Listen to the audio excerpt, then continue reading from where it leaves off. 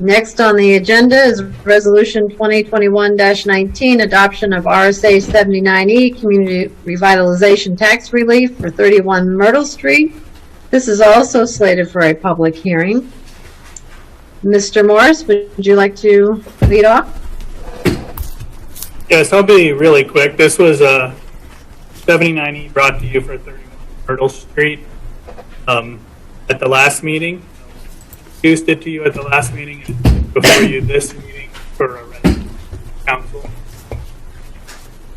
Turn it over to Director Merrill to get it. Good evening, Director Merrill. Good evening. I think I missed the city manager's comments there. In any case, I added an updated memo to your packet because at the last meeting there was a question about whether they met the threshold for the 79E, and John Nelson is on the line. He is going to be submitting to me an updated substantial rehabilitation sheet, which will be inserted into his application. And he broke out how much of that was lead work or grant, which was $25,511, and he's also going to be increasing the estimated project cost to $70,916. So it does meet your threshold, and I would pass it along to Jonathan if he's got more to add. Mr. Nelson, would you like to add? I just, I think there was some confusion in the last meeting about under the part of the rehabilitation that we called lead abatement and renovations, and so Councilor Sweetser was assuming that number was for just lead abatement. And so that could possibly be grant funded, but the actual lead abatement of this project is significantly smaller than that number. Any questions for Mr. Nelson? I had one question. I don't know if I should direct it to Director Merrill or Mr. Nelson. The resolution states the investment of $70,916. But the application paperwork, I believe, was $65,156. Yes, and that page on the original application, that will be replaced with the amended substantial rehabilitation page that will show the $70,916 and the breakout of the lead grant. Okay. And we would have to do that if the council approves this. We always attach the application to the covenants that get recorded, so we would have to have that correct page in there. Okay, Councilor Sweetser. 2 questions. First one is easy. The $70,000, is that after the lead abatement or is that before the lead abatement? So that includes the lead abatement, Okay. 70,000, which 25 is lead abatement. And the next one for either Director Merrill or Mr. Morris. Looking at the tax card, in 2019, the value of this property went down $43,000. Was that like an automatic system update like Mr. Hamilton talked about earlier, or was that an actual physical assessment that dropped it by almost 50%? I don't know. It might be a question for Mr. Hamilton. He's back. So I don't know the answer to that question off the top of my head. There were some significant changes in some property values based on the update that occurred in 2019. Many of them went up, others went down based on the property use and some other descriptive factors. Additionally, we were in the process of inspecting properties too, so it may well be that there was a combination of factors that led to the change in the assessment in 2019. And I'm sorry, I don't have any more specific information than that. I have a question. When a property comes under an abatement order, does that impact the assessed value? Well, it could. All factors that that involve cost will have some related effect on value. What typically the question becomes: is it something that is in place across on April 1st? Because we value all property on April 1st of a specific year, and so typically those abatement orders are temporary issues where there's an order issued and then there's remediation that occurs, and so when it happens and spans on April 1st, it could have an impact. Because it's my understanding, Mr. Nelson, that this property, when you purchased it, had been under a lead abatement order. Is that correct?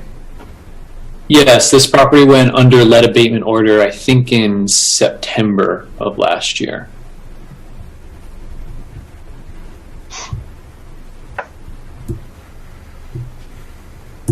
Other questions? Well, to add, so if the property valuation was done in April of 2019, then I don't think it would have actually included the lead abatement. Stone? Just a quick question. Is this going to be an owner-occupied building since you're converting it to a three-family, or is it strictly an investment rental? So this will be owner-occupied, and then we will have the other apartments. Okay, thank you. And how long has this property been vacant? Can't remember. I think since December Of of 2019.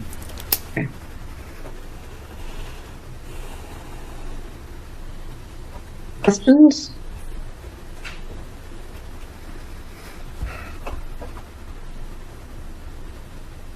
No? Okay, who wants to read the resolution?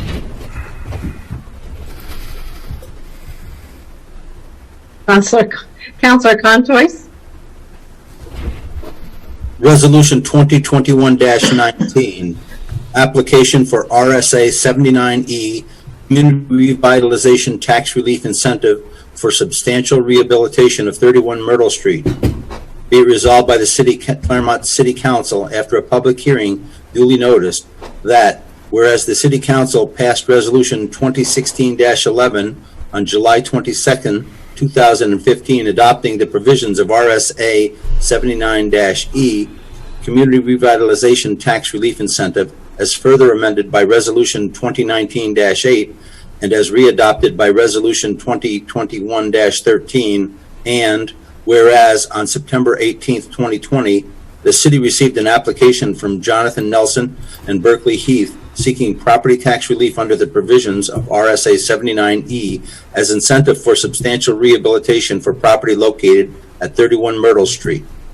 And whereas the property is located within the city's 79E incentive district, and whereas Jonathan Nelson and Berkeley Heath plan to invest approximately $70,916 to substantially rehabilitate the property into 2 to 3 apartments, and whereas the City Council has determined that the application has met the requirements of RSA 79E:14 and has determined that the construction cost for the proposed apartment building shall not result in the use of government grants and funds, and whereby such funds would total 50% or more of the project's construction costs.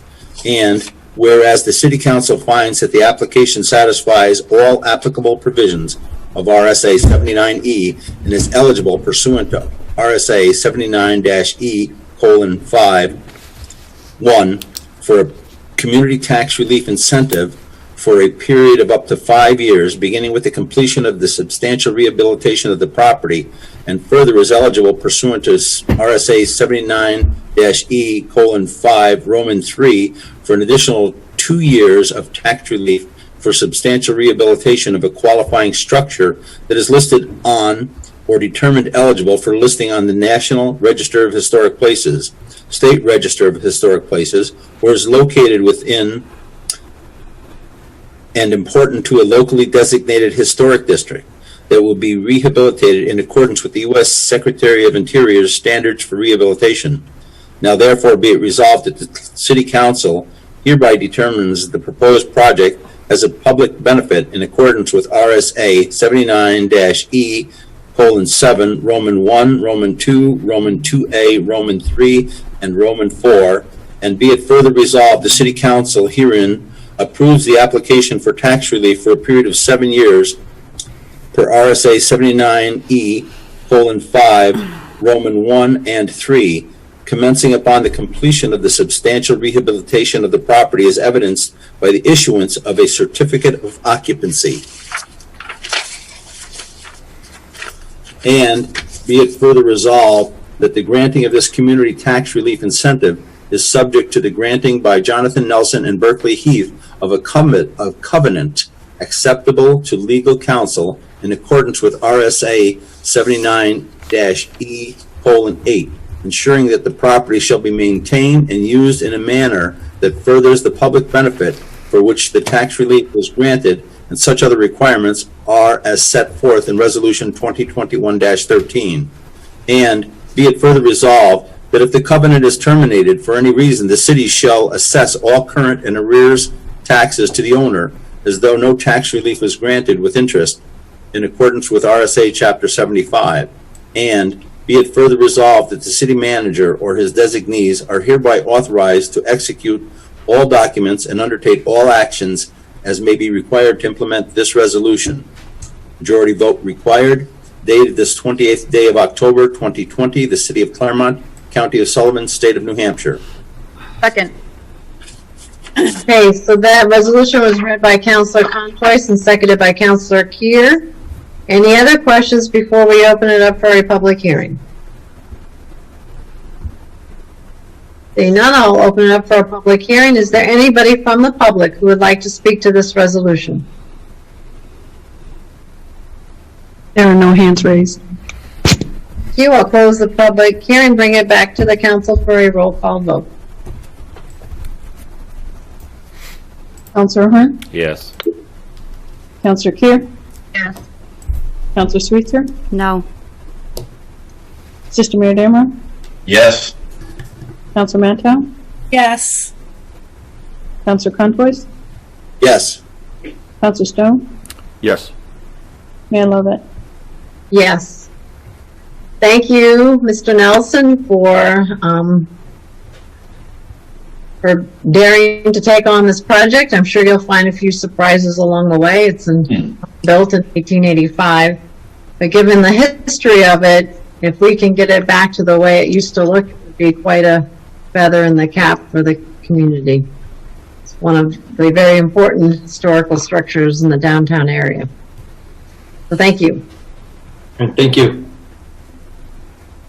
All right.